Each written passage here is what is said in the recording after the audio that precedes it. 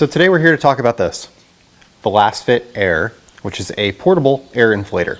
It comes packaged in a brown box with a pull tab for easy opening. Underneath that, you'll find a branded box that says Lasfit and has the Lasfit logos on it. Also gives you a list of features as well. Inside, you'll find the unit in a case like this and several accessories. So here are the accessories that the unit comes with. One comes with a storage case. It comes with two of these quick connect air hoses, one red and one black. They're identical hoses other than their color. They have a quick connect on one end. On the other end, they have a standard Schrader valve like what you would have on your car. In the package is also an inflator for a raft or tube, an inflator with a needle for like a ball, football, basketball, and then a Presta valve adapter if you had a bicycle with a Presta valve. They give you two different ways to charge this unit through the USB-C or the DC port that are on the back of it. There is a USB to USB-C cable in the box. There is no AC adapter for this, but you could plug it into anything with a USB. And then there is a 12-volt adapter that is designed to plug into your cigarette lighter in your car, or accessory outlet if that's what they're called now. I've charged it up fully. It took about 2 hours. And you'll see right now on the front there are 4 buttons. There is a power button, an M, a plus, a minus, and a sun. In order to turn the power on, we're going to press and hold power. 1, 2, 3, on. And you'll see here this standard screen which shows a top number 0.0, a bottom number 39.0. It says PSI over on the left. There's a battery indicator, and there is a picture of a car. So the battery indicator is self-explanatory. The 39 is your target pressure, so whatever you're set to right now. So this would inflate till it reaches 39. You can raise and lower that by pressing the plus and minus button here, and you can see that it goes by half PSI increments. The M switches between a couple different memory positions. So there is a picture of like a truck, then a picture of like an ATV or a dune buggy, then a picture of a bicycle, then a picture of a basketball. It doesn't really care what the indicator is and whether or not that aligns to your vehicle. So if you had 3 cars and no basketballs, obviously you could just label one of them as the basketball. The Milwaukee is similar, that it has M1, M2, M3, very nondescript. If you want to switch the unit, it says PSI over here, you can press and hold the M button and it will show bar, KPA, kilogram per centimeter squared, back to PSI. It seems to stay with whatever setting you left it in and whatever mode you were in. So right now I'm in the truck.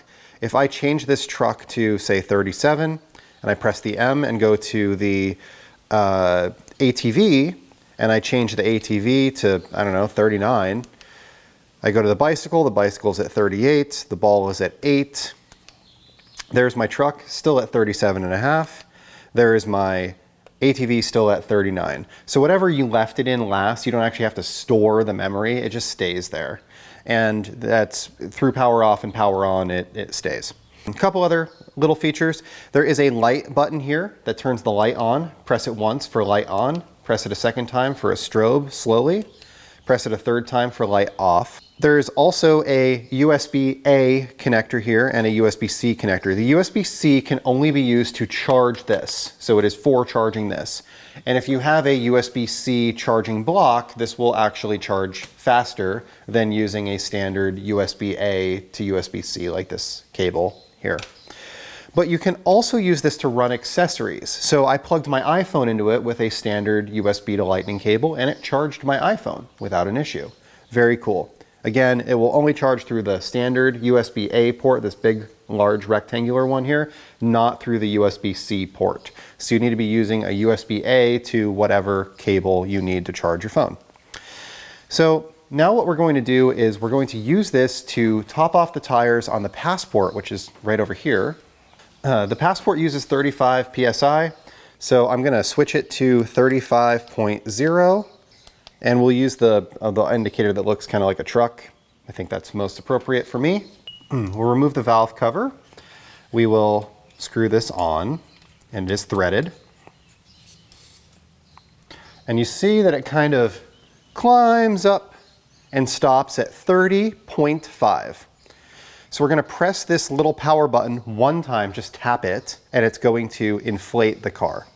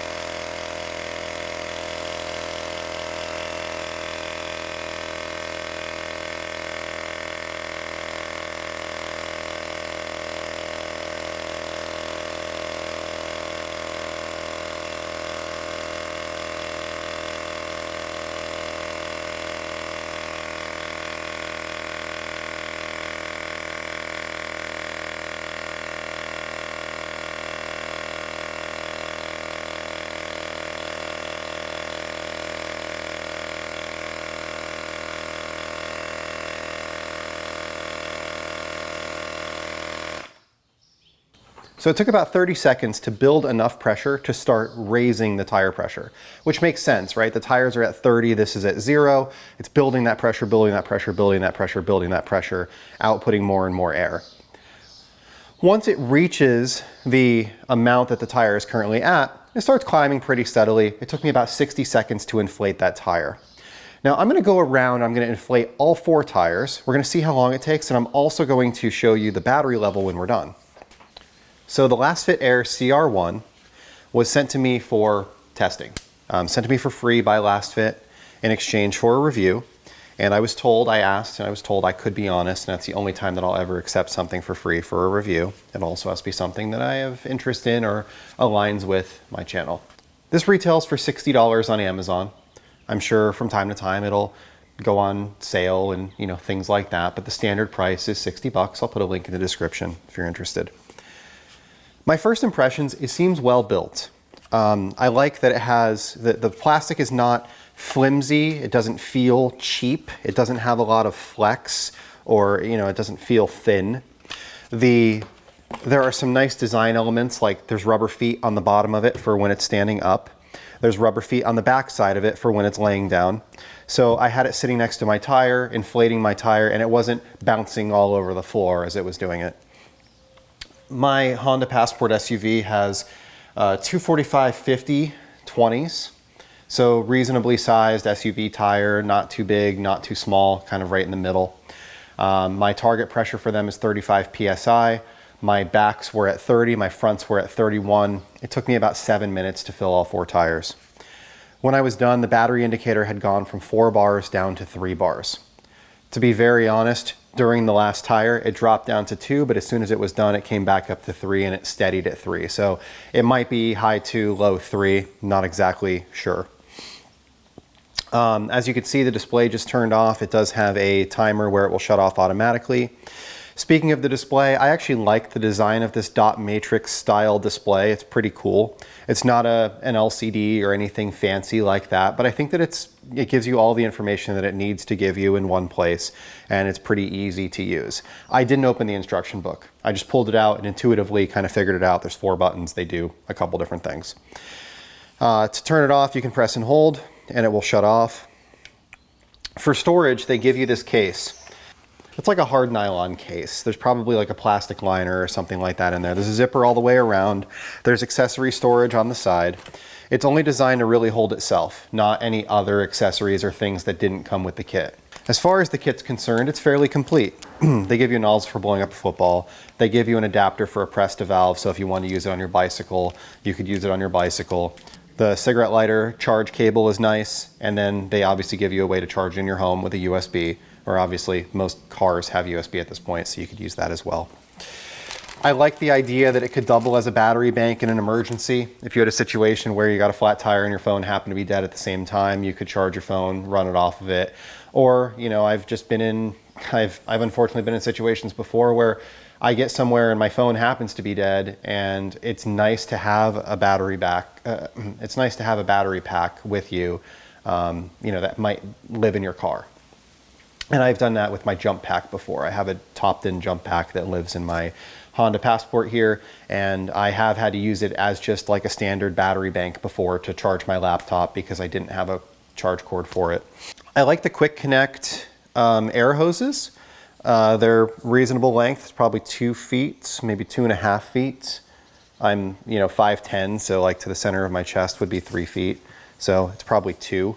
Normally I would probably knock them for like the Quick Connect because it's a proprietary connector that, you know, looks like this. It's kind of got these little teeth on the side of it and 2 little O-rings. But they gave us 2 hoses. So if you had a failure of a hose, you have a spare hose. And I think that redeems the fact that it is like a proprietary thing because they're giving you a spare. Most air compressors that I've bought in the past are a standard, you know, standalone unit. They plug into your car with the USB cord, and then they've got the hose that comes out of it and connects to your tire, and it's just a self-contained unit. When the hose fails, you usually throw the darn thing away. So it is nice to have a spare. It's not the fastest compressor I've ever used, but it's definitely not the slowest. Like I said, I was able to do this whole car in under 10 minutes without rushing. It's probably closer to 7.5. Average tire takes about a minute to go from, you know, -5 PSI up to whatever the normal is.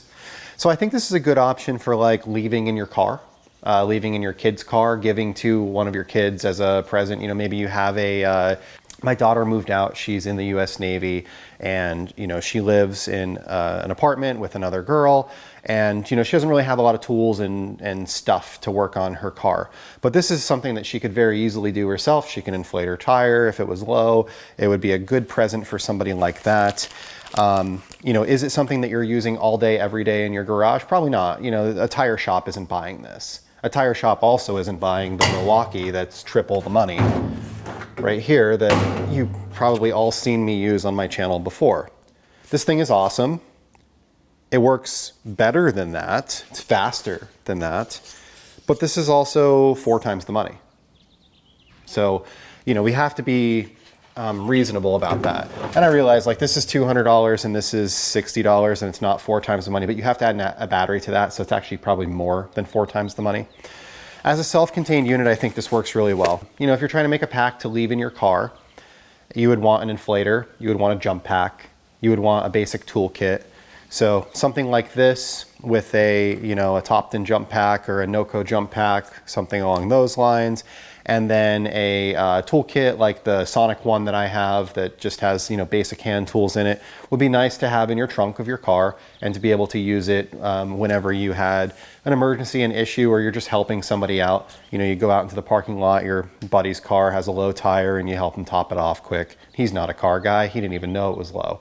As far as value is concerned, I think it's a good value at 60 bucks. I think it's a reasonable price. You know, it's not a steal, but it's also built fairly well. So I don't feel as though it's cheap. It's not cheaply made. It works well. It works reasonably how I would expect it to for the price. And I think it's a good buy. So like I said, I will put a link in the description. If you follow that link and you end up buying one of these, it will give me a small kickback. But truly, this is a product that I could reasonably recommend. It worked very well. Didn't have any issues with it.